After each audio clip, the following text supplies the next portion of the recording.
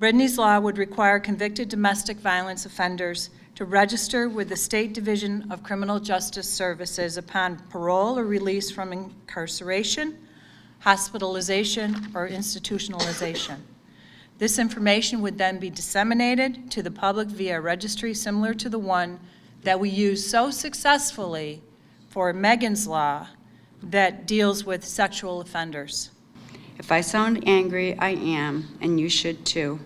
It's time for us to put our eyes to making the issue of violence against any person a matter of life and death, not money, politics, or hidden agendas. Since domestic violence will touch all of us in one way or another in our lifetimes, I'm not going away. We've done a couple of press conferences over the last several years, and it gets tougher to stand up before you and acknowledge that this bill has not been passed in the State Assembly. What makes it even more tougher for me personally is to see the families here that have to trek up to Albany to support, to advocate on behalf of their loved ones, and as Senator Griffo said, have to relive the horrific experiences that they've gone through. And in my view, they're the heroes. They're the ones that have not given up. And if they're not going to give up, we're certainly not going to give up. And the Senate has been forthright, has been stand up on this issue. As Senator Young mentioned, has passed this bill multiple times. I know they'll pass it again. It's clear. The Senate has done its job. The Assembly has not. It's outrageous, ludicrous, irresponsible, and an insult to all the families and residents of this state that this bill has not been taken up.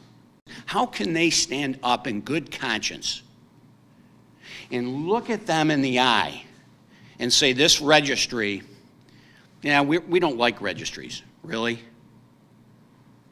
And as Dale mentioned so bravely, well, we have a registry in New York City for those that abuse animals.